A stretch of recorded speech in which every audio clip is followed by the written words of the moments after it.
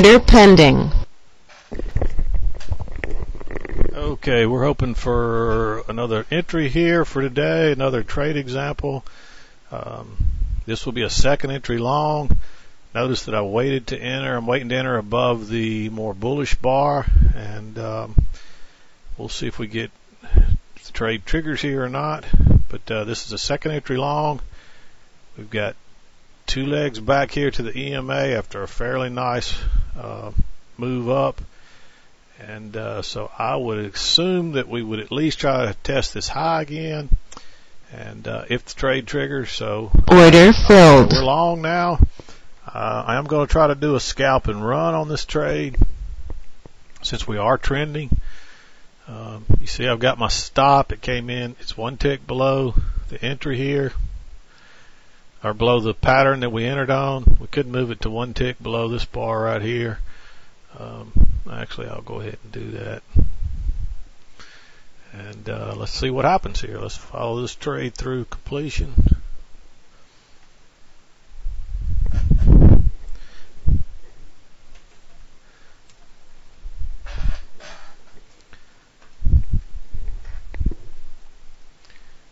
As you notice how prices pull back there a lot of people will try to enter on limit orders rather than entering on stop orders above the bar. And so sometimes that's why it takes a few minutes, I think, is because people are entering their limit orders, and you'll notice how prices will pull back and then jump forward again because of the little buying surge that hits those entry stops. And we might see some of that here. We may not. This trade may take on off, and it may even reverse. But it was a nice second entry long. It sets up well here, and I like this to the long side. So we'll see what happens here. If you remember, I had an example of another trade earlier today, if you'll remember, and we were looking for a pullback to test this area here. The trade triggered. Where was that trade? That trade was back over here. It triggered back over here. We did pull back and test that breakout area, and then look what happened. We sold on off before prices reversed. So, okay, let's get back to this trade. We're nearing our exit order here on our first contract. And once this trade, if we exit here with our one tick,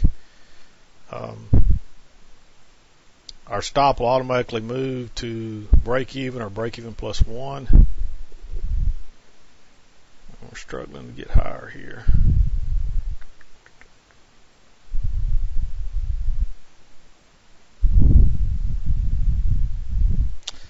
You can see some resistance across right here.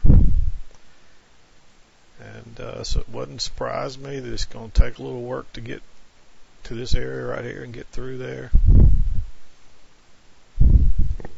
It's just after the lunch hour, and the price action does seem kind of slow right now. But it doesn't mean that once it breaks higher, probably what will happen is once it breaks higher, then it will kind of attempt to take off, because there should be a lot of safety stops up here above. There may be some here, and the majority of them will probably be up here for all these people that got short here. We probably caught a few stops off of this, which rocketed us up to here. So you need to always be aware of where people put their stops, the logical places, because that's what oftentimes triggers the trades and gives them their best moves and so forth. And I was hoping we'd be out of this trade by now. We may not be able to go higher here, but we shall see what happens. And you could tighten your stop to one tick below this was our signal bar that we entered on. This is our actual entry bar.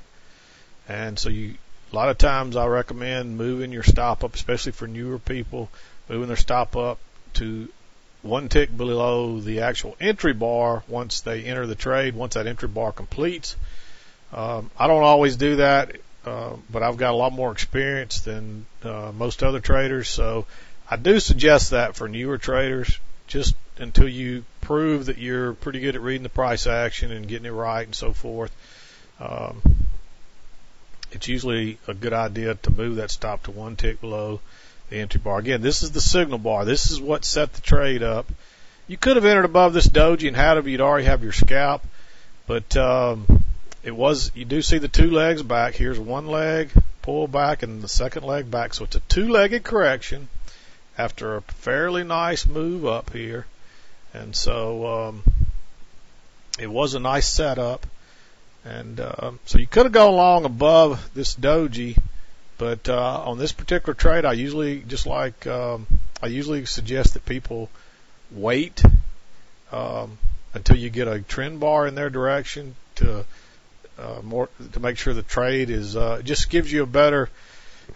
It just proves that the momentum is moving in your direction before you enter. Basically, is what that does. So that's why I recommend that. And that's why we entered here.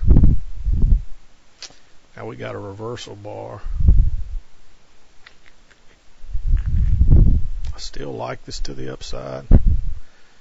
What I'm thinking may happen is we may tick lower and trap people and then turn up. But we'll see.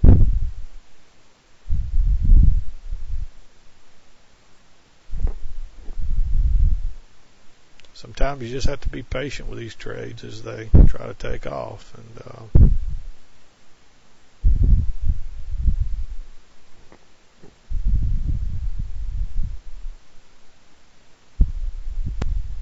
prices are really finding resistance right across this area right here. As you can see, it's turned prices down 1, 2.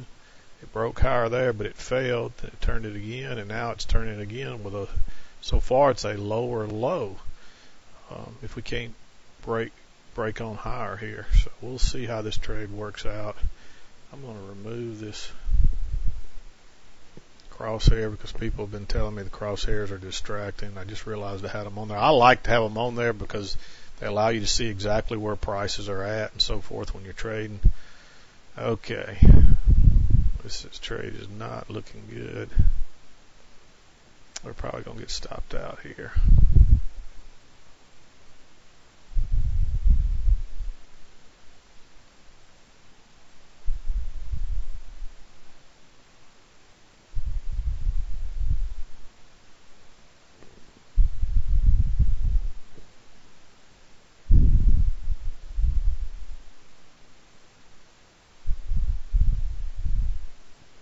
Well, maybe we'll survive it. We tested this low again, and now we got a double bottom in place. So, but that's why you don't want to move your stop too closely a lot of times, because you see what's happening here. All they did was trap shorts and probably run out some of the early longs, and now it looks like we may go higher. And we could still turn down and go lower, but I'm still thinking long the way that reversed out of there so quickly.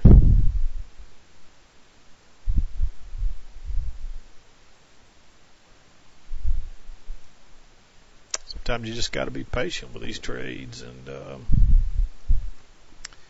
and you don't want to keep your stop so tight that you don't give the trade room to work, but you don't want to give the trade too much room at the same time. So it's that double-sided coin. There's pros and cons to every strategy, and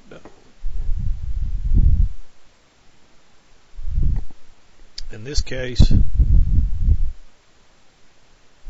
I wanted my stop 1 tick below that entry bar, and you see how prices survived that. We only survived it by 1 tick. So far. The trade's not over. This trade may turn into a loser before it's over. But I think if we can break higher above this bar right here, I think we'll probably take out our target here. And if and you always could scalp out, here we could get out right now with 1 tick profit. You could have got down at break even. I'm thinking we're going to get out of this trade with our profit, because I think we're going higher. I think we got a 2-legged correction here, and we'll probably go higher. We'll see. But if you weren't real confident right here, if you weren't sure, you could go ahead and take a tick. You could take a break-even trade. Prices are definitely trying to go higher here, and if we could just tick up there, we might get out of this trade. Target. There we go. Now, my stops at break even plus 1, and you could leave this at break even, or I had it set to automatically go to break even plus 1. I'll leave this one at break even, see what happens.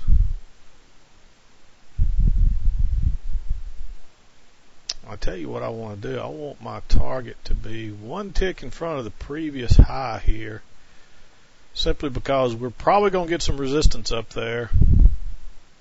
But if this is only the first leg in a two-legged move, with this being the correction, we could go a lot higher. So Stop filled. we got stopped out there on our break-even stop.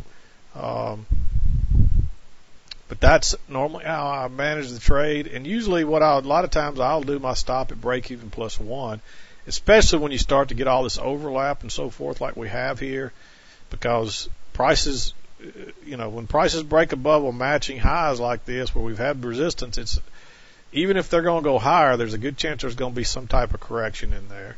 And but again, there's a quick scalp. We didn't get any runners out of that.